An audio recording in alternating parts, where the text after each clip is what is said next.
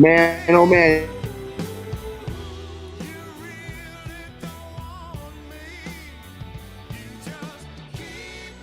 Heaven here in St. Charles, Illinois, just right outside of Chicago, the Arcada Theater. We're also on lockdown as a venue, like so many others around the country. But we're keeping it positive, we're keeping it real, and we will be back soon with live music. And until then, this Artists on Lockdown series is going to keep rocking and rolling with some of the biggest names in entertainment, in rock and roll. And tonight we have a very special guest. But before I introduce him, I'm bringing my big brothers here to the stage, two of the legendary, iconic rock and roll drummers in history. Of course, you know him from Dio. You know him from Black Sabbath. You know him from Last in Line. Vinny Appice. Come on, Vinny. Where are you right now? I'm at the beach, man. It's really stressful here. Check it out. Look at this. Oh, that's tough. You know what? Speaking on behalf of everybody, the wave. Yeah.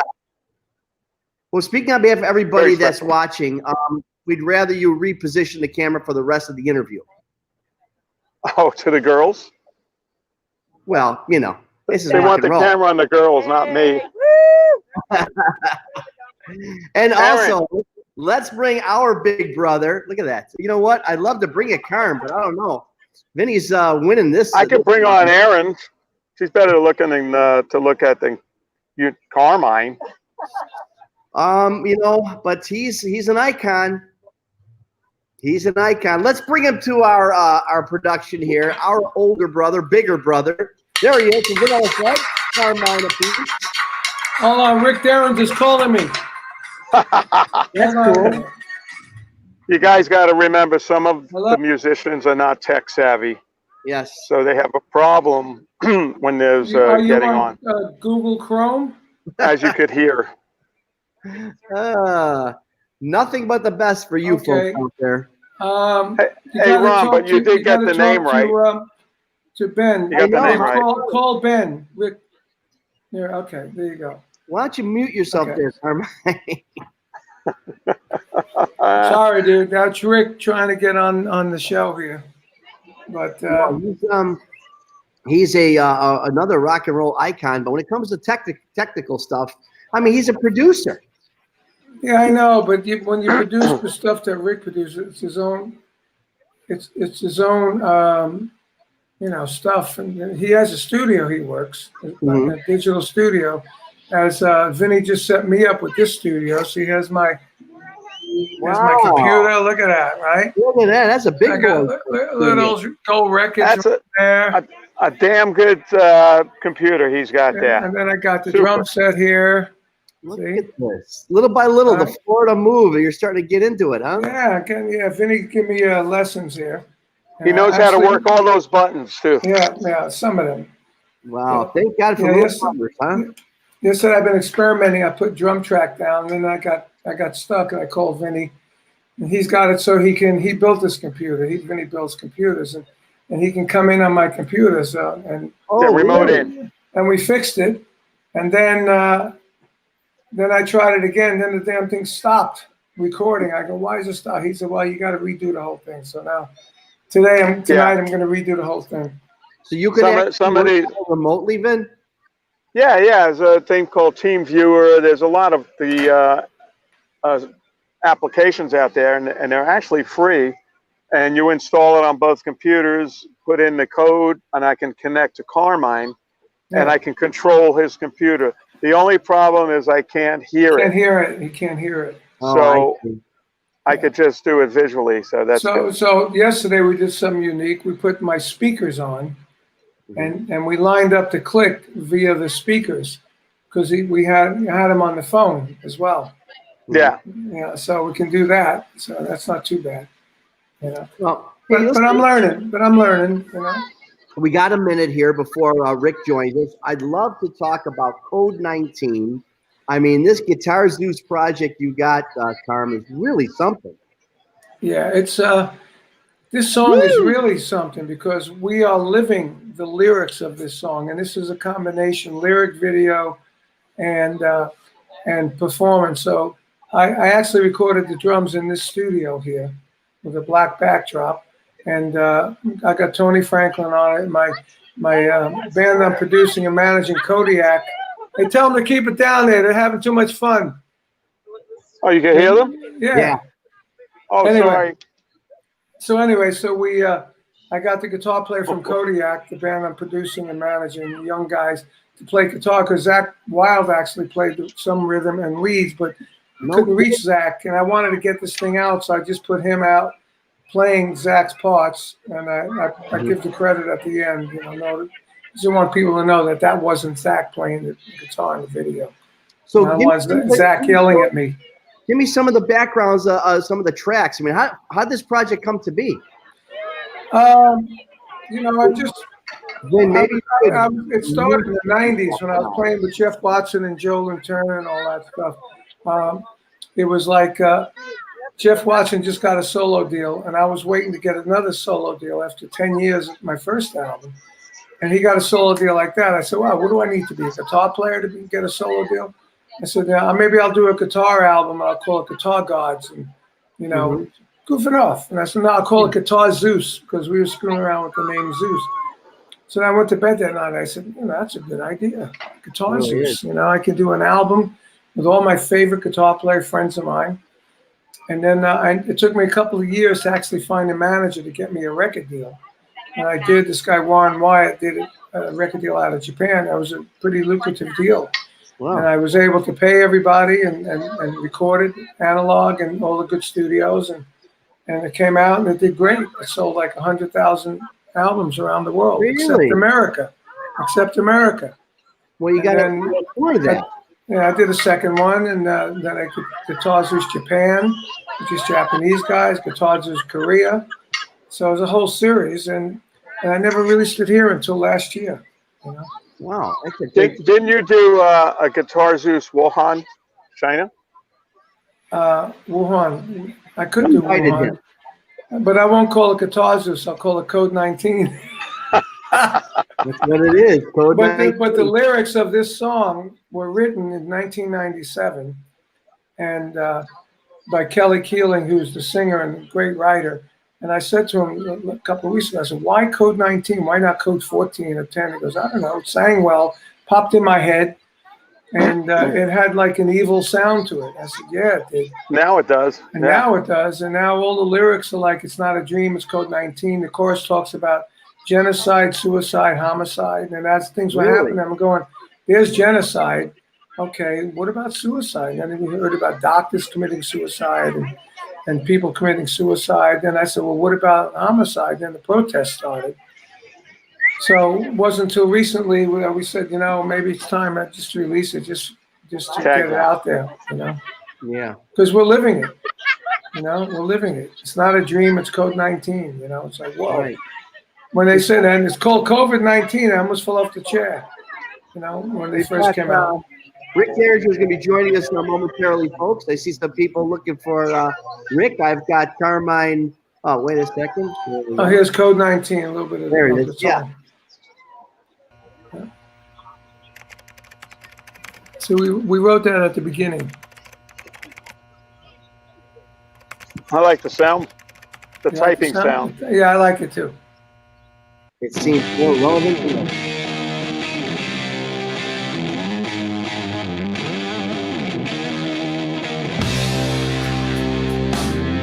It's out of sync on here. It's not out of sync usually.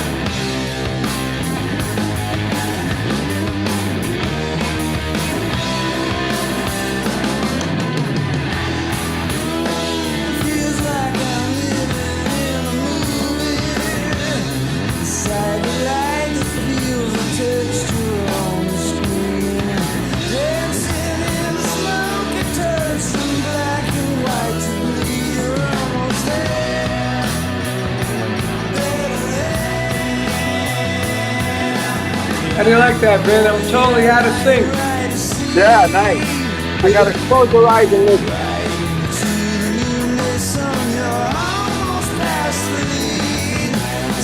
Thanks, Betty.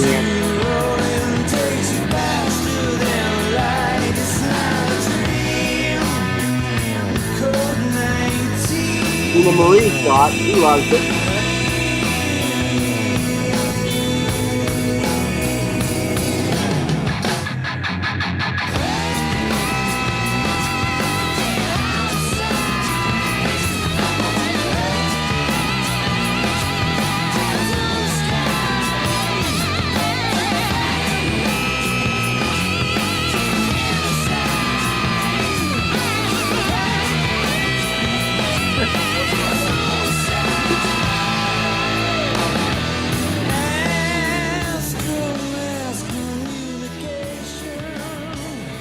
don't know why it goes out of sync when you play it sometimes. That's okay. I tell you what, you're right though. If you look at those, listen to those. Yeah, it's weird.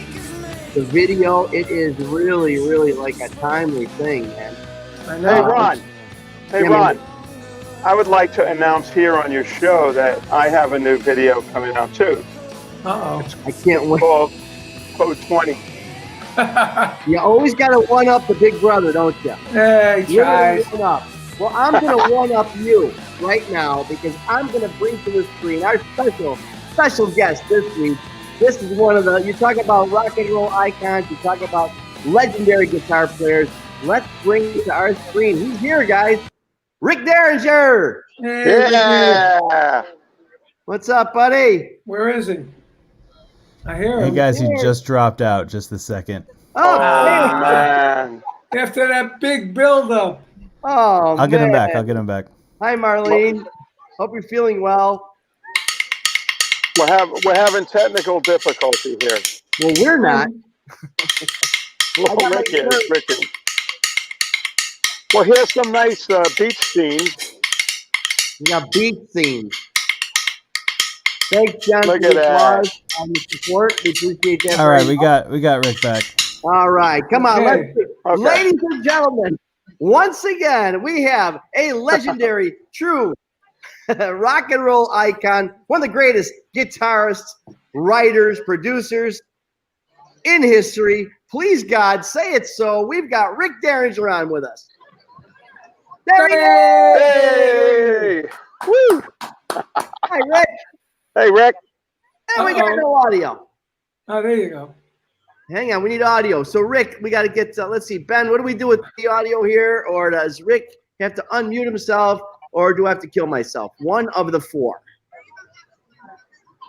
Yeah. All right, Rick, we're gonna. I'll work with you offline. I'll pop you out. We'll pop you back in. So, Okay. Carmine, I hear you have a new video, Code 19 now. Yeah. Yeah, but I got Code 20.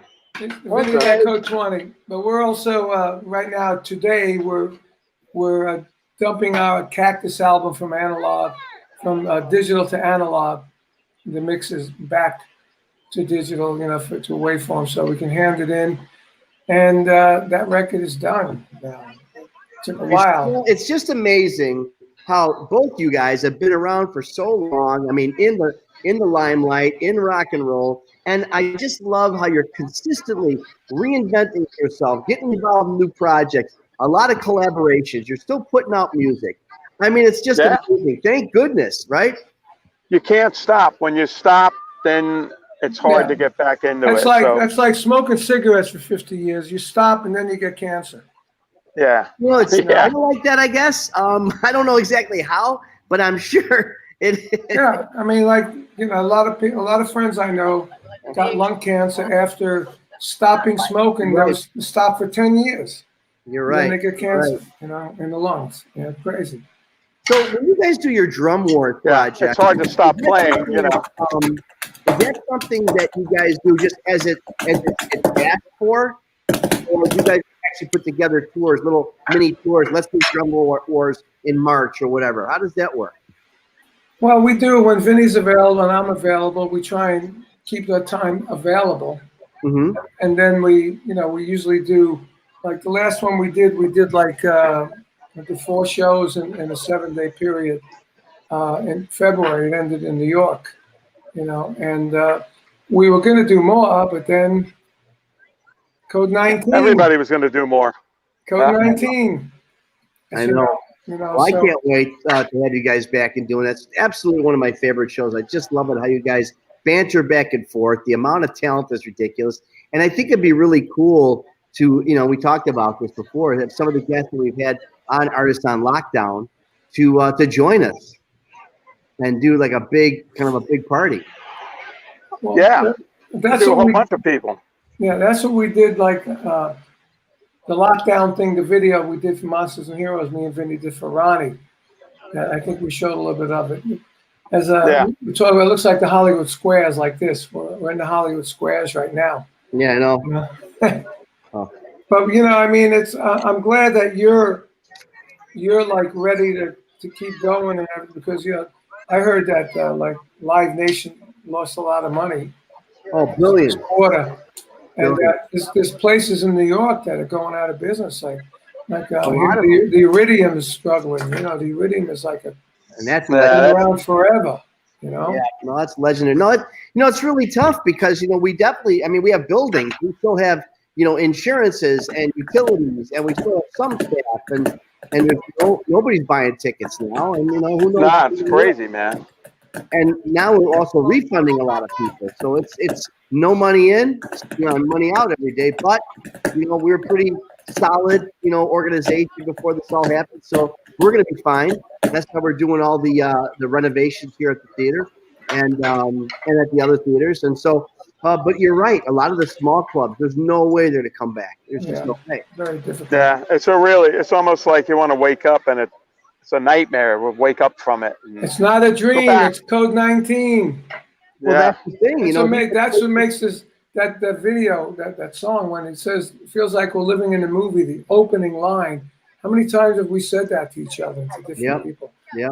Terrible. Unbelievable. It's really bad. And that's the thing, maybe we should talk about something more positive, like.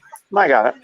The positivity is that we are going to come back strong. Right. There's a lot of us that are still hanging on. I know Live Nation is really, really being challenged right now, but I can tell you that we're strong, and there's a lot of other that are strong. They've they had a solid foundation, and it's going to be okay. I mean, I think I think people are going to come. I mean, they're so hungry for live music. Yeah. Unbelievable.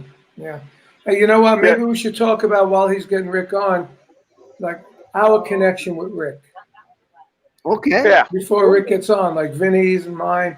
We can start with Vinny because he played with Rick first. I mean, I knew Rick since McCoy days, But I met Rick at the Record Plant Studios. That's my band was managed by Record Plant Studios in New York City, and we used to hang out there all the time. That's how I hooked up with John Lennon, and everybody was in that studio. And I met Rick there, and he heard some of the tracks we recorded with Jimmy Iovine, and he asked Jimmy, "Who is that on drums?" And he said, "That's Carmine's brother." Back then, I was known as Carmine's brother. Yeah, right. And or Carmine's little brother. Little brother. He heard that, and he says, "Oh, wow, sounds good, man," because he's going to put his own band together soon. So I ran into him, and he said, "Hey, give me your number, and I'll give you a call putting the band together in 6 months." So that's how we hooked up initially, and then he called my house, which was my mother's house. And Rick told me the story the other day.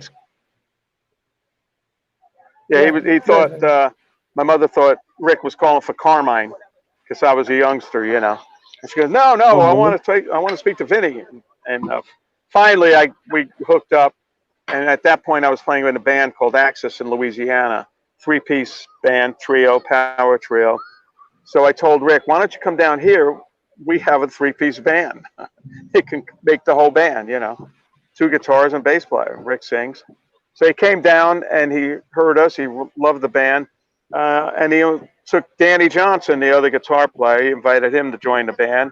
And he didn't take Jay, the bass player, but Jay went on to play actually with Carmine later on with Rod Stewart. So that's how I met Rick. And we put together the first album called Derringer, second album called Sweet Evil with Jack Douglas producing. Third album was a live album. And then Danny and I left to reform Appice and try to make it happen while we were little youngsters. And, and that one was produced by Andy John. So that was what happened with me. And Rick was a great teacher. He was the greatest teacher. Yeah. I mean, I was 18 years old. I didn't know exactly all the things about recording, playing live. Then we opened for Aerosmith. We played arenas. We played Madison Square Garden. So Rick was an unbelievable teacher, and great guy to be around to learn the ropes, it's the music business. Yeah. And then later on, Carmine winds up playing with him. Yeah. When he was over here the other day, he came over to do a podcast of his that I did with him.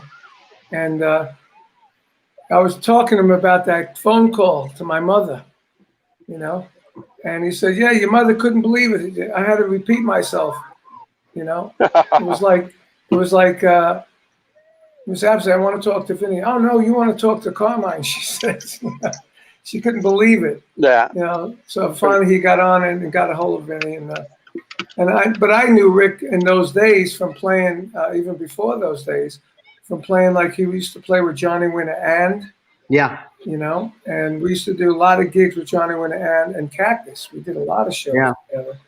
And I knew Rick with Vanilla Fudge days when he was with the McCoys, you know. Sure. And then even with Edgar Winter's White Trash, you know.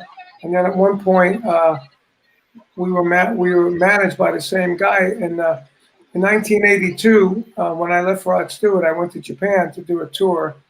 It was called Rock Super Session Volume 1. I took Rick, Tom Peterson from Cheap Trick, Dwayne Hitchings, and the other one, Eric Carmine, which is a really off-the-wall thing. Sure. And in the middle of all the rock and roll stuff we did all by myself. And one time he almost fell off the piano stool at the Budokan. We did the Budokan, and so that's when I started really working with Rick. And then we came to America and we did, you know, a Carmine and Rick tour, and we did an album together with Spencer Proffer, who just did Quiet Riot, and we did an EP called Doctors of the Universe that we wrote material, and we did all the stuff in the studio like I think in about 10 days, and we did an 8-song repeat EP, and we did one song that I really like on the album, the Doctors of the Universe song. We did a video. That was the first video I've done with my own act. You know, it was me and Rick sitting in a cold vat of water up here, but they had done a prosthetic of our face, and you open up this thing and our face comes jumping out, right? Jumping out through a, like on a spring, like a jumping jack, like a Jack in a Box, I guess. Oh, Jack in a Box, right. Yeah, it was hilarious, you know. So we did that video. I remember we both got in the vat of water. We were both like, man, this water's freaking cold, you know. And, you know what? I'm going to allow our very special guest to join you in that story. Okay. They say three times back on? Let's bring back to the camera the one, the only, Mr. Rick Derringer. Let's see if this guy is here. Hey, Rick. I am here. hey, All right, there he is. Hey, Rick. we were just talking Took a while to about get that thing working. I hope your ears weren't ringing. We were just talking about you. Well, I I heard you telling the story about Doctors of the Universe video. video, right? You remember getting in that vat? I don't remember a thing about that video. You It's know? crazy. I remember it. I do remember it. I mean, I vaguely remember something out there getting in water or something. Yeah, the water was cold, and I remember both of us saying, "Man, it's freaking cold in Look here." at that album. Look at those. What is it? Your baby pictures?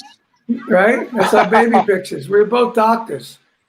We had the thing that said Dr. Rick and Dr. Carmine. But Rick, I didn't know you did an album with John Oates. With whom?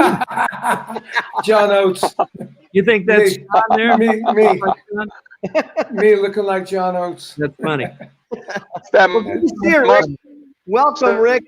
We miss Welcome, you man. at the Arcada Theater here in St. Charles. We miss you very much. You played at our place so many times. So many fans here, just like all over the world. How you doing? How you holding up during this whole freaking mess going on? I'm holding up great. I don't, we shouldn't discuss it. I think it's just all some kind of a conspiracy, crazy thing they're assaulting us, the whole world with. And I don't want to comply. I'm with you. I don't want to wear a mask. I don't want to be told when I can go into a restaurant. It's all bull, and I'm tired of it. Beautiful. So Rick Derringer live at the Arcada Theater this weekend. Let's do it. I'm ready. Well, maybe next weekend. Maybe next weekend. Well, it'll all be over I'm disgruntled. after the election. You watch. You're right. You're absolutely right. I think it will. I see people complaining. Ted Nugent canceled a show this summer, and I almost took it. I almost took that show. And several people just said, you better not do that. There are going to be such backlash. And I said, what could there be backlash about? And then I just saw people talking about the big bike run they always have out in the Midwest. What one is it? Sargus or something. Sturgis. Sturgis, Right, yeah. Sturgis. People were just complaining, going crazy. How can they have this event? How can they do this? How can they do this? That's just crazy. Enough already. They just canceled the NAMM show. Enough Yeah. already. How about that? I mean, I've been to every NAMM show. That's big. That's unbelievable. Yeah, that's big. And I thought the United States, we all had choices. Yeah. I thought we they tell us, okay, there might be a possibility of catching a flu at the NAMM show. Then it would be up to us whether or not we take on that, ultimate possibility. Yeah. What happened to that? That's what I thought the United States was. Right. Let's You're just right. hope the worst is over. Let's hope with that whatever's going on, conspiracy or not, because I'm with you on this, Rick. I mean, we got to get back to it. Now, hopefully it's going to happen soon. We all believe around the end of October, beginning of November, things are going to change drastically for the better. We believe. Yeah. Especially after the election. You're right. Yeah. Exactly. The election, if Trump wins, the left is still going to continue going absolutely nuts. Yeah. And if somehow Biden won, then the Yeah. right is going to go completely nuts. Yeah. So no matter how you look at it, it's just going to get crazier and crazier. Yeah. Let's all go to Italy. It's crazy. Yeah, I know, man. Well, Rick, it's just, all that crap aside, I don't want to blow our time here having you on our show again. Is crapicide like an insecticide? Yes. That's the same outcome, believe me. That's good, Rick. That's good. Crapicide. We're all suffering from that right now. Yeah. Yeah. That's the one from Code 19 from Guitar Seuss. You missed crapicide. You had homicide, Suicide. What should have said crapicide. the rewrite. Yes. The rewrite. Vinny, what are you on the beach there or something, Vinny? Yeah. Yeah, check this shit out. Yeah. Yeah. Look at that. The two ladies here. California Beach. Rick, I'm in beautiful. I'm in the studio, as you recognize. beautiful. You've been here. I notice you're practicing social distancing there, Vin. No, but look, check it out. Nobody's social distancing. Look. Rick, where are you? That's my backyard you're looking at there. Wow, Yeah. that's beautiful. Yeah. He's in Florida, like me. Yeah, I'm in Florida on my. I showed you my One eye. backyard, you guys, but right now I shut the curtain. That's Shut the beautiful. Yeah, I'm on my lanai. Yeah. Well, on behalf of all the fans out there, Rick, thank you for all you've been doing for all these years. You know what? Just like I was just talking to Vinny and Carmine about the fact they've been doing it for so long, legendary icons such as yourself, but still putting out music, still performing, still being relevant. It's just amazing. It really is. Hey, You're not tired of Ron, it. show Rick the T-shirt you have on. I love it. Right? Every time we have an artist on, he has the T-shirt on. He has the T-shirt. Yeah, there it is, the All-American Boy. I love great. that one. There you go. And that's really something. You know, Rick, of all the people, I mean, you read your bios, you talk about, you look you up, you do the research and everything, and you've collaborated on so many projects with so many individuals. Do you have, I mean, I don't want to say a favorite because I'm sure there isn't a favorite, but do you have somebody that was a little bit more interesting, exciting, banging than somebody else that you performed with on stage live? Beside me and Vinny, Rick. Yeah, those two are always going to be part of it. Well, I got to tell you, playing with Vinny, it was always a surprise. Yeah. I never knew what Talk Vinny was about going to PBA play a little next. In fact, the last time I played with Vinny, I remember he bent his bass drum beater in half in the middle of a song. Yeah. And then pulled it out and while the song was playing, held it up so everybody could see it, that it was bent. Yeah. That's good. Well, we had such a smoking band, such a powerful band. It was so inspiring to play together. And, man, you just can't hold back, you know? Yeah. So I we know. killed it. We killed it. Let's talk a little bit about DBA. How did that come about? DBA? Well, that was basically a record deal I had, and with SPV, and they said, why don't you get you and Tim Bogert and a named guitar player?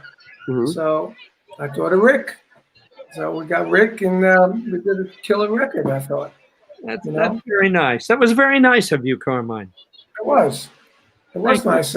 But hey, why not? We always played well together. I was just telling him about the Japanese tour we did with Eric Carmen when he almost fell off the piano stool. Yeah.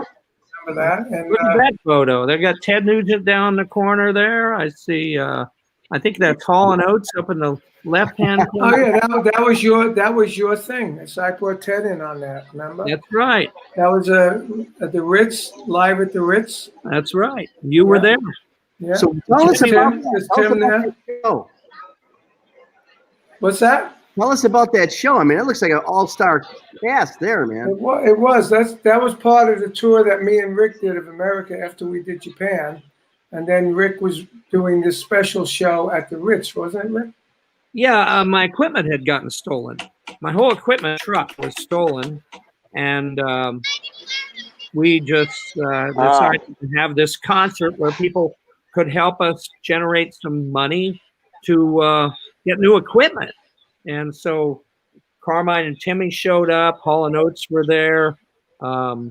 The girl from Fleetwood Mac, what's her name? Stevie Nicks. Stevie Nicks showed up. And The girl. it was just a lot of people. Nugent was there, obviously. Yeah.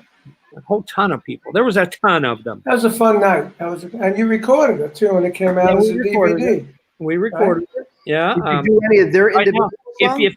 if you go to rickderringer.com right now and go on the discography page, there's a banner that says Rick Derringer Radio. And if you push on that, you can listen to 25 hours of continuous different music. Wow. That includes all that whole concert from live at the Ritz. It's on there. Just one of the things. Wow. I'm a subscriber to Ricky D Radio. Love the stuff on there, man. I mean, some of it's such deep cuts and long solos. Love it. Yeah. Oh yeah. It started, that radio thing we put up starts with the McCoys and goes all the way through everything they recorded, and then into the stuff I did with Johnny and Edgar. It goes into the whole blues albums. I did 5 blues albums. They're all on Incredible. there. The stuff with Carmine and Timmy, both those records are up there, and it just goes on and on. It's over 25 hours of music. That's right. You know, it's a real rock and roll history lesson. I mean, it really, really is. Generations and generations. You know, Rick, we did a thing. I know, you know, Joe Thomas, and a thing called Cornerstones of Rock, American Garage. We started it here at the Arcada Theater as a fundraiser for one of the Buckinghams, who was who ultimately passed away recently. And it was it was like the Buckinghams, Ides of March, and a bunch of other guys. And then it turned into a PBS special, and it was about the American garage bands of the 60s.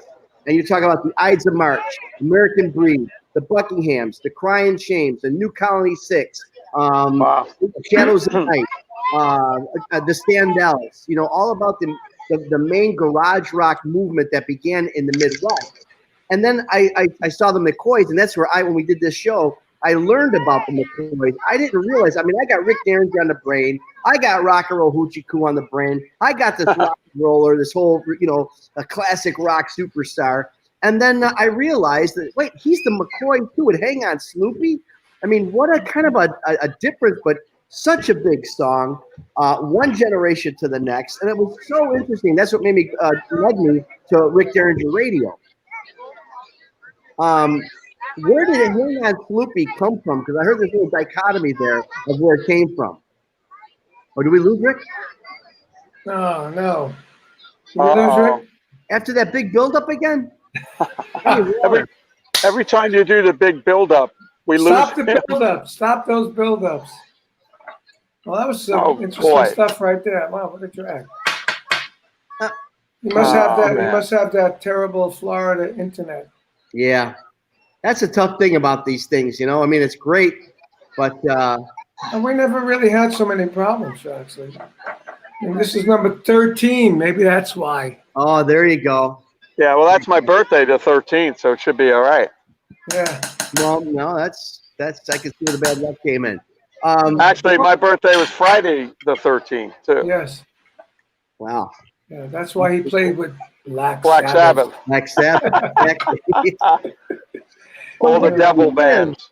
Where does he live in relation to you, Vin? I mean, Carmine. He lives about 2.5 hours north, like near, I think it's near Orlando-ish kind of area. But it's incredible. There's so many of you guys that are in Florida now. I mean, Yeah, well, that's Not where me, all the not other yet. guys go when you go to Florida. You know, when you go to, now actually it's because it's warm weather, you know. Oh, there you go. We lost ignition. Yeah, There we go, there we Rick. go. You're back. We lost the computer. You're back. all right. Okay, so what was that build-up you just did, Ron? Well, I don't know. Did you hear any of that, Rick? No, I lost everything. Everything Well, just. at the end, bottom line here, I don't want to go into the whole thing, but really, you know, I always, obviously, you know, for me, I've had you with Edgar. I've had you several times. Had you with Travers, I believe. I mean, a few incarnations of the Rick Derringer Show has been here at the Arcada Theater. I've always known you as the classic rock guitar superstar. And then as I co-produced a show here at the Arcada Theater. It was called Cornerstones of Rock American Garage. It was about the garage rock bands in the Midwest. And it had the Ides of March, the Buckinghams, the Crying Shames, the New Colony Six, the Shadows of Night, American Breed, the Standells, and the McCoys. And that's how I learned about you and the McCoys. And that's what led me to subscribe to Rick Derringer Radio. And the McCoys, it just seemed like it was Hang On Sloopy, such an iconic, but it seems like such a different, a complete different era than the classic rock. So. Well, it was. It was definitely a different time, and people were very innocent in those days. Yeah. At least when they first got started. Couldn't hear anything. Well, you know, That's cool you, thing, Vin. That's you. it had to be cool, though, you being from Ohio, and all of a sudden you're doing all these things, and Hang On Sloopy becomes the official rock and roll song of the state of Ohio. That had to be kind of a great full circle for you. Do you hear me now? Oh, Yeah. yeah. Very good. Very good. Yeah, the whole Ohio thing. I did an interview with Ohio Magazine last week, as a matter of fact. They're doing a big story on Hang On Sloopy again. We talked about where it came from. There's this whole mythology in Ohio about this lady named Dorothea Sloop, and supposedly the song was named after Dorothea Sloop. But in reality, that's all bogus. It's a long story, but it has nothing to do with Dorothea Sloop. Well, give me the Cliff's Notes of that, because people want to know. I mean, The quick version. Okay, the quick version is Hang On Sloopy is credited to being written by Burt Burns and Wes Farrell.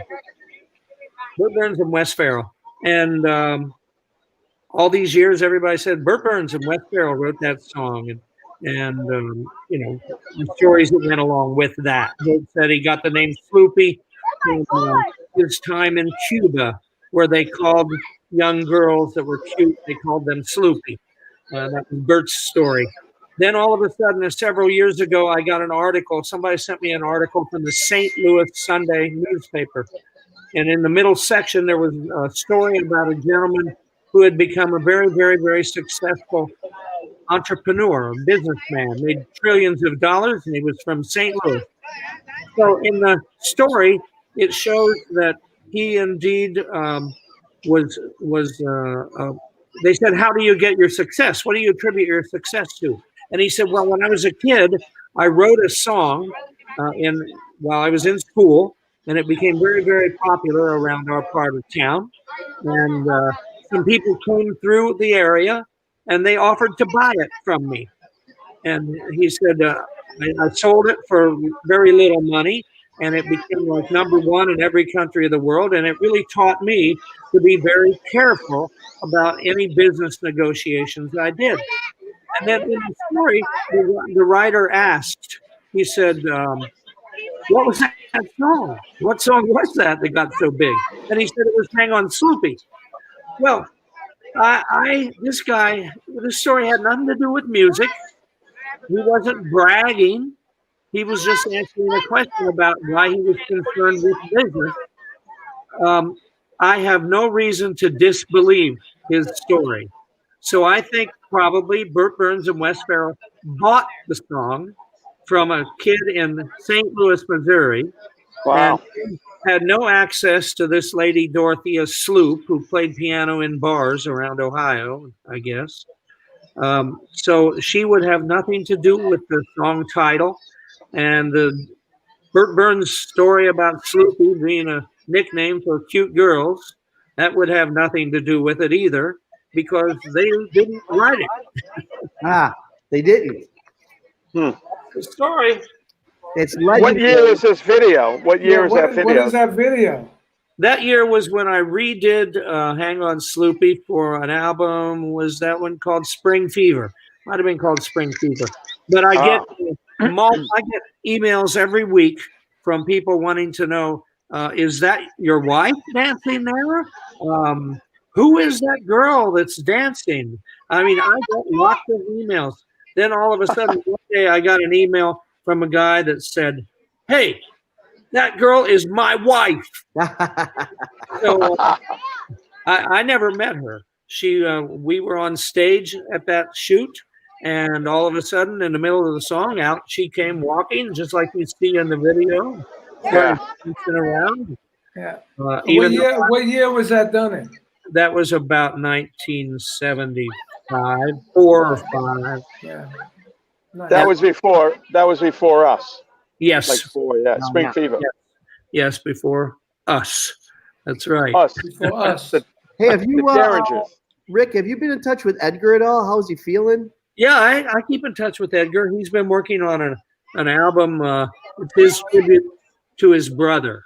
Oh, wow. Nice. Winter, and he's been putting it off for a long time, but he's been working on it now pretty seriously for quite a while. So Yeah, we did that tour, remember, Rick, right after Johnny passed. Yeah. With Edgar and Vanilla Fudge, and you played a few shows with that. Yep.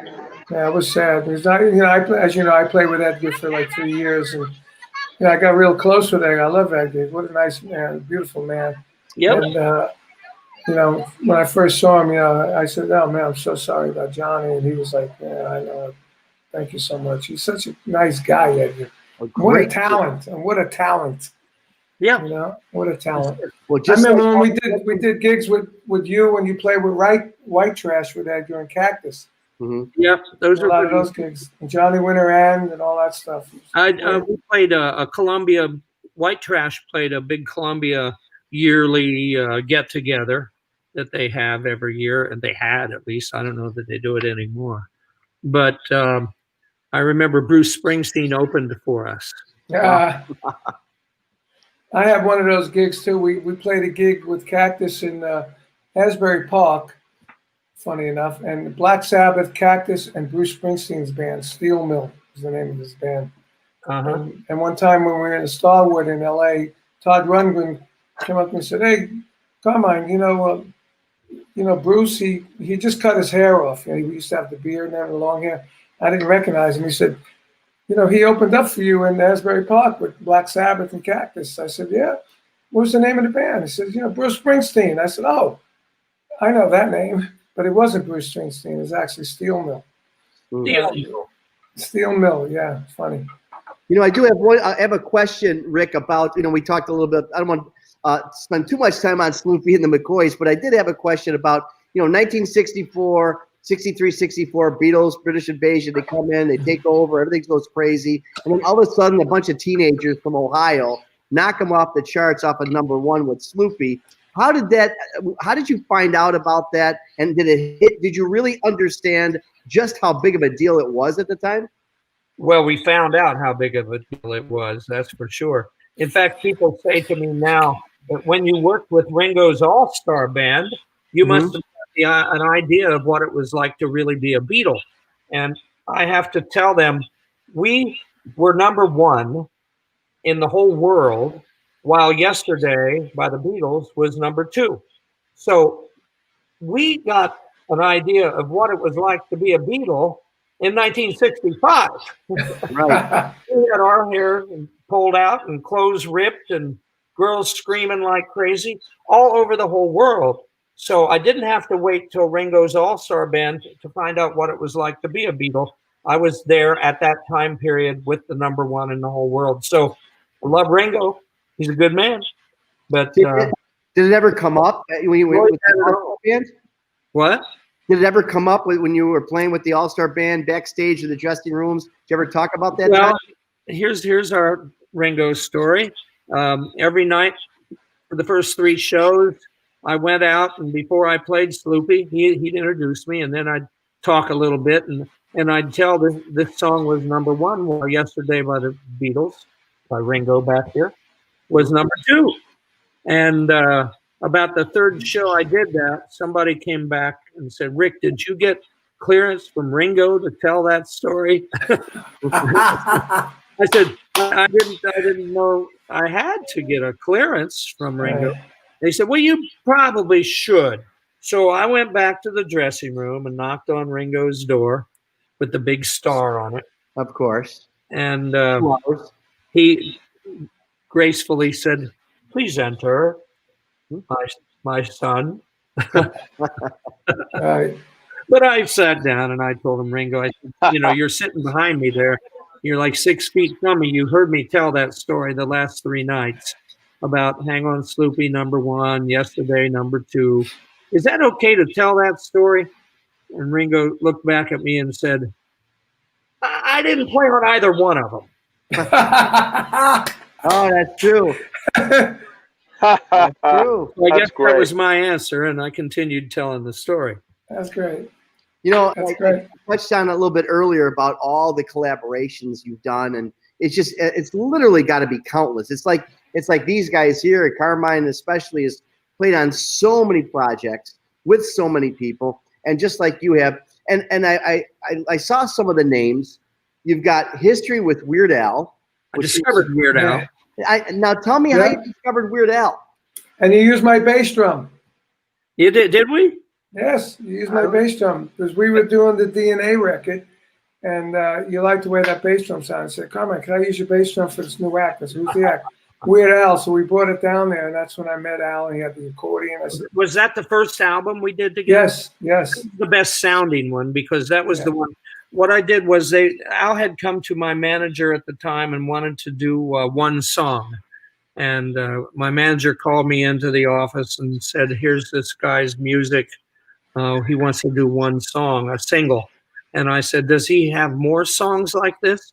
And his manager said, yeah, he's got a ton of them. I said, well, we don't want to do a single. We want to do an album. So I went in and did the first album without a record company on my own dime. And that's why I just said to Carmine, the first one really is the best sounding one. Yeah. Because after that, we made the record deal with the Scotti brothers, and we were condemned to use their studios and their engineer for the next 5 albums that I did with Al. I did 6 albums with Weird Al. And the first one, we used good engineers in Hollywood. And by the time we got to the second one, we were already now asked to use Tony Papa is the name of the engineer. Proud Italian. Tony Papa. I think you used Cherokee. Wasn't it a Cherokee, the first one? First studio. That's correct. We did it at because that's where we bought the bass drum, and I hung out. And it's unbelievable. Al is so big now. He goes out and does big shows. Yeah, in the big suit right here. We're looking at them. Yeah. So didn't you get a Grammy Award for this for Eat It? We did. In fact, his biggest records were the 2 Michael Jackson songs we did. Yes. Eat It and Who's Fat. Right. And Michael Jackson got to be such a good friend with Al. He loved Al. I mean, you could just imagine Michael sitting with the monkey on his knee in the middle of the night, dialing up Al and saying, "Hi, Al, it's me, Michael. How you doing?" They had this kind of a relationship. So they became so close that when we did Who's Fat, which is Who's Bad, Quincy Jones production, by the way, Al was given permission by Michael the Quincy could send over his original programs, all of his computer programs and the stuff that programmed most of the horns and stuff. So that on the version of Who's Fat that you're looking at right here, that was actually Quincy Jones programs we were using on that recording. Pretty cool. Wow, that's great story. Wow. It was great seeing that again. Your butt is wide, Amazing. mine is too. I mean, it's, you know, we laugh at this kind of production, but it is legit music, legit production. It's a big deal. Yeah. Oh, you can imagine when we would do a song and Al would say, this is going to be my single, we would wait to see what his video was going to be. Just look at this video. All the extras. And you can't just get regular dancers. He had these fat dancers. Yeah. The call goes out for dancers that can dance. Just the makeup. Just the makeup. And then the makeup. That fat suit in Hollywood, you know how much they charge for that kind of stuff. Yeah, my daughter does that stuff, and I know. That fat suit, and then he would take it out on tour with him too. Wear it. And he did the song live. Yeah. So he's a pretty amazing guy. I love Al. Here's a guy. I just got a card from him, a happy birthday card yesterday, as a matter of fact. Oh, good, man. Yeah. Good deal. So it's Weird Al again. Another. You wrote a song for Hulk Hogan. Well, Hulk Hogan. I was producing a wrestling album at the time, and we. I did that with you. Yeah, we American Bandstand. Yeah, we thought we had written the most kind of patriotic song ever, and then the next thing you know, Hulk Hogan decided he wanted it to be his theme song. So on one hand, I was going, well, this is pretty cool. You know, Hulk Hogan's going to use this for his theme song, which he does until today, still doing it. But on the other hand, I thought, well, this is kind of belittling this beautiful patriotic song we wrote. Then all of a sudden, Hillary Clinton found it, and she made it her theme song during one election, and she was running against Barack Obama for the primary, and she used it. And I said, wow, whether you like her or not, I guess people are finding out who we originally intended it for. Then Barack Obama used it to unveil his birth certificate. His birth certificate, that's amazing. Oh, no kidding. 22 million so far on that. Real. And then a guy won America's Got Talent, balanced 40 watermelons on his head. They played it for him.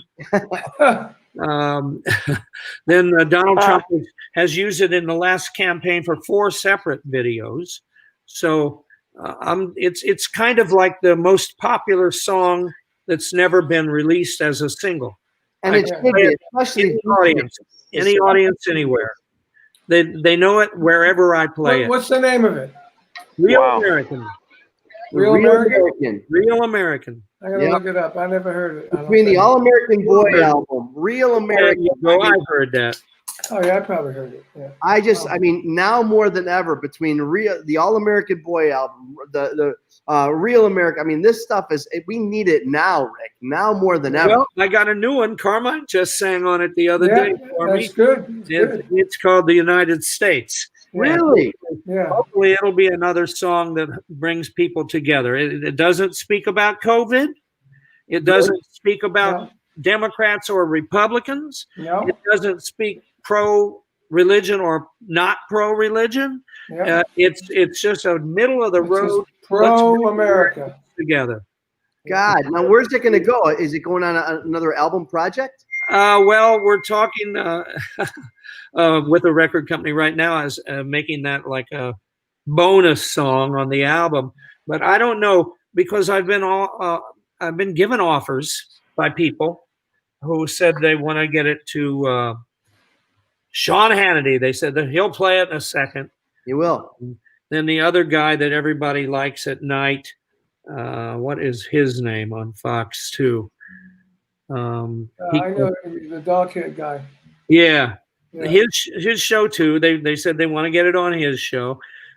Somebody also then, because now I've played New Year's Eve for Donald Trump at his New Year's Eve party. So we kind of got contacts there too. So I'm of two different thoughts. One thought says just release it to all those people. Tucker Carlson. Tucker, that's it. Tucker Carlson. Just release it to all those people and get it out there, because the idea, if I release it as a thing on an album, we don't know if anybody will ever hear it. Yep. Especially in these modern musical album world we live in. Right. But if I release it to all of those sources, we know people want to hear it. You should do it. Yeah. We really should. We need it now more than ever. And I think it'll take, there's things called TikToks out there. I think it'll take over the TikToks. I mean, really, the positive stuff people are so freaking hungry for. So that's what it is. You know, when Rick sent me the song, he sent me the lyrics, and I was singing it.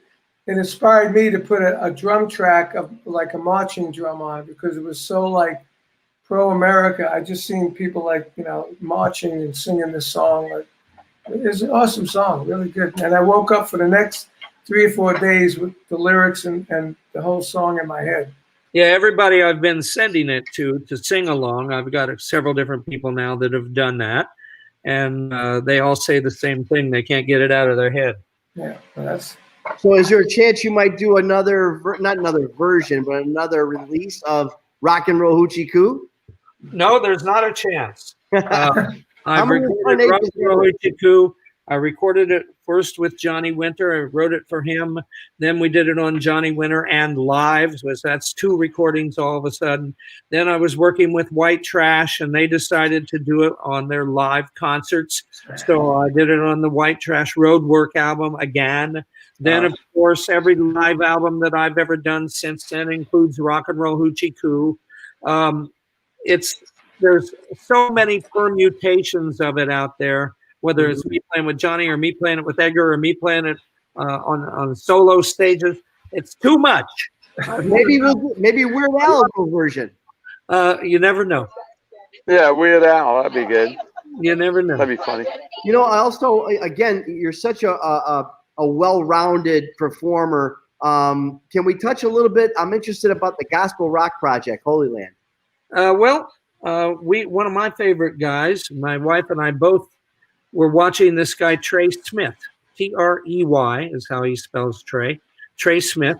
And we'd watch his documentaries all the time, because he made some great documentaries. One about the Nephilim, and another one about Noah's Ark, and another one called The Theory of Everything, and these fabulous documentaries. So we were talking with somebody at a concert, a friend of ours, and he mentioned Trey Smith's name, and we said, "Do you know Trey Smith?" My wife, Jenda, said, "Do you know Trey Smith?" And he said, "Yeah." He said, "I can call him right now." So she said, "Call him up, call Trey, let's get him on the phone." So we met Trey Smith through the telephone at that concert, as a matter of fact, and got to know him a little bit. And he invited both of us actually to come to Israel with him. He was going to do a archaeological film. I think he was exploring, I'm not sure which biblical story offhand, but he was exploring remnants, old sites, all kinds of things. And Agenda just decided, why don't you just go, Rick, because it was only Trey and a cameraman, and you enjoy that whole Israel experience.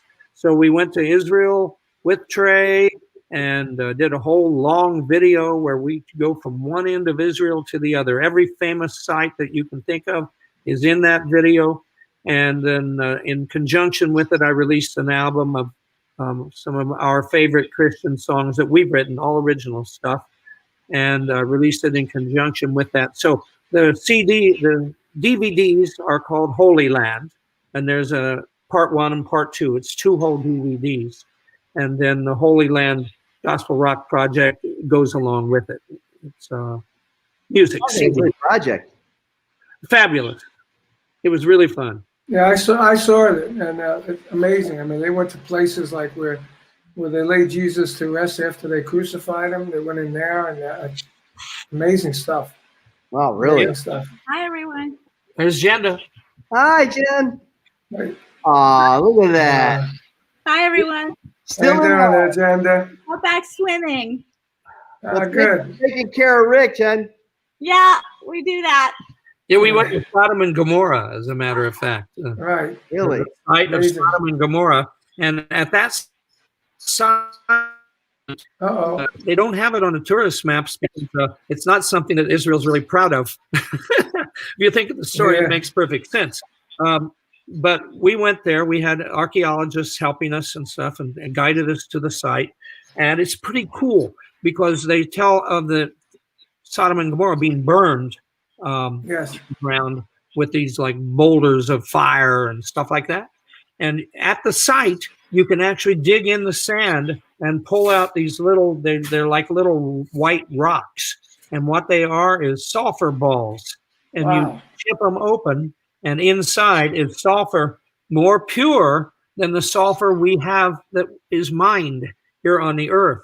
So these are remnants of that whole Wow. happening there. Sulfur balls. Amazing.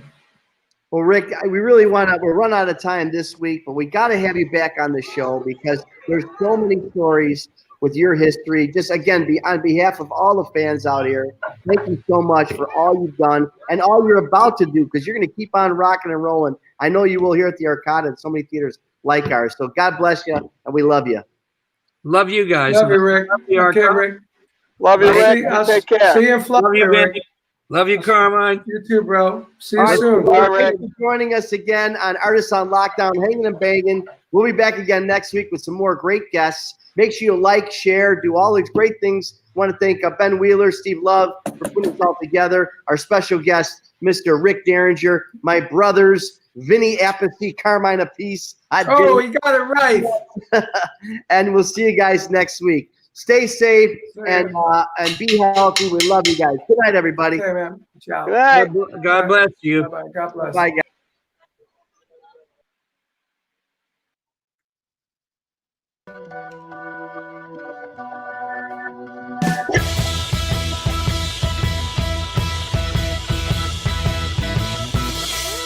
Set me free. Why don't you, babe? Hang in there.